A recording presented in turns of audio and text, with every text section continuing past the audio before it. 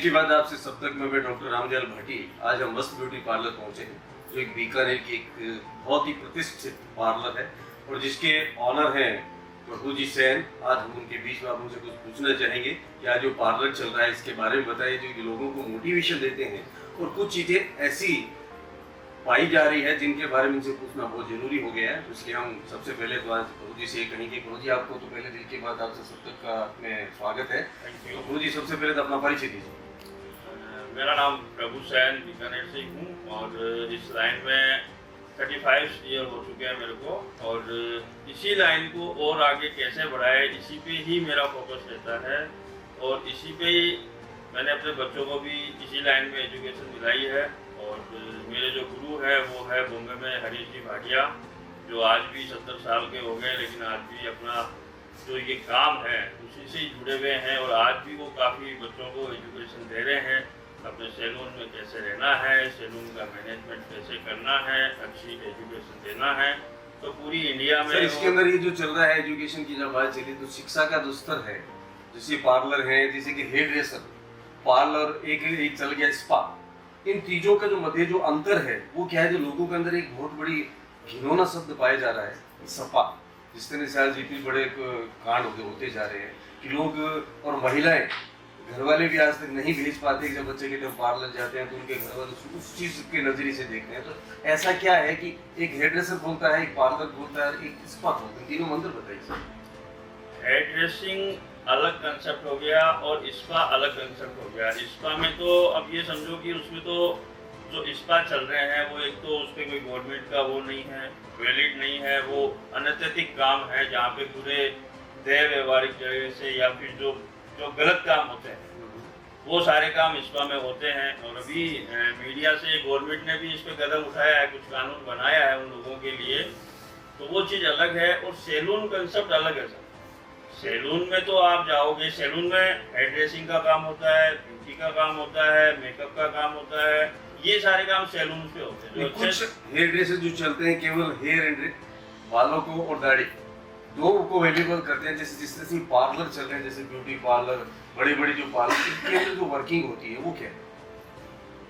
Fully education जो salon है वो यूनिसेक्स सैलून होगा और वहाँ पे ऐसा गलत काम कुछ नहीं होगा।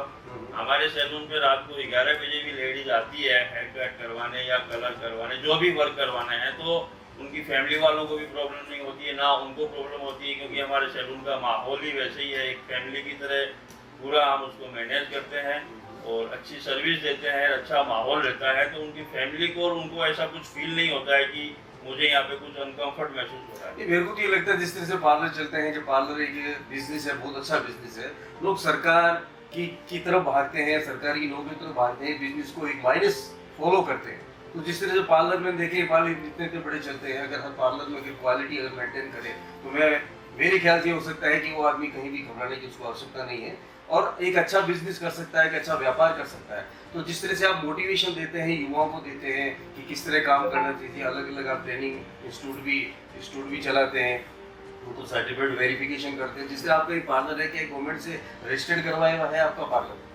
गवर्नमेंट से रजिस्ट्रेशन हमारा जो वो आधार लिंक से है उसमें हमारा रजिस्ट्रेशन है जी। और मैंने अपने बच्चे को ITIT से भी वो करवा रखा है, तो इसमें ये भी है। और सेकंड रहा कि अभी जो गवर्नमेंट की जो स्कीमें आ रही है स्किल डेवलपमेंट, उसमें भी हम काम कर रहे हैं, काफ़ी बच्चों को शिक्षा दे रहे हैं, जो गवर्नमेंट का भी यहाँ पे चलता है प्रौढ़ शिक्षा केंद्र। स्किल डेवलपमेंट की जब बात चली है कि स्किल डेवलपमेंट में कई युवाओं को तो मालूम नहीं कि सरकार की तरफ से लोन भी दिया जा रहा है, उनको बिजनेस करने के लिए बिना ब्याज भी दिया जा रहा है, फिर भी लोग हिचकिचाते बहुत है कि नहीं पता नहीं मिलेगा कि नहीं मिलेगा। क्या आज तक आपने जिन इंस्टीट्यूट में जो भी प्रशिक्षण दिया है, जो मोटिवेशन दिया है, क्या उनमें से ऐसे युवा निकल के गए हैं जिनको आज उन्होंने लोन लेकर के भी काम किए?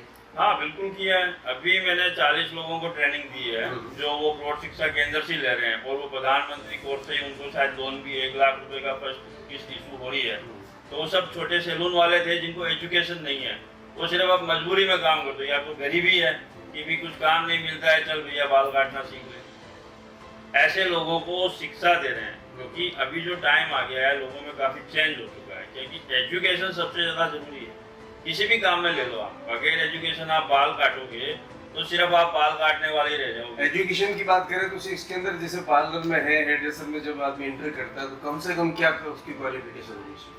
कम से कम अभी जो अपने इंडिया के अंदर है तो 12वीं पास तो चाहिए ही चाहिए। जो अच्छी आपको अगर सैलून में जाना है, किसी बड़ी कंपनी में जाना है, किसी अच्छे इंस्टीट्यूट में जाना है, आपको एजुकेशन लेने, तो वो सबसे पहले आपकी शिक्षा ही पूछेंगे। ये जो प्रशिक्षण के जो शिविर आप हर साल लगाते हैं या अलग अलग तारीख की किस हिसाब से लगाते हैं? ये तो अब मानो कि कोई समाज है या फिर कोई संस्था है या फिर कोई, जैसे मैं रोटरी क्लब से भी जुड़ा हुआ हूँ, रोटरी क्लब में मेंबर हूँ, तो हमारी रोटरी क्लब से भी मैं इस तरह से माहौल बनाता हूँ कि भाई कुछ बच्चों को सिखाया जाए जो छोटे सैलून वाले हैं, जिनको एजुकेशन नहीं है और वो काम कर रहे हैं, उनके पास इतनी पूंजी नहीं है कि वो अपने आप को व्यवसाय को बढ़ा सके, उनके पास शिक्षा है, काम अच्छा है। पार्लर का व्यवसाय कितनी पूंजी से खोला जा सकता है? पार्लर का जो अच्छे एजुकेशन वाले जो बड़े सैलून है उनपे तो सर आप जितना लगाओ उतना ही कम, लेकिन एक जो नॉर्मल है तो कम से कम 5 लाख रुपए में एक अच्छा सैलून वो मैनेज कर सकते हैं।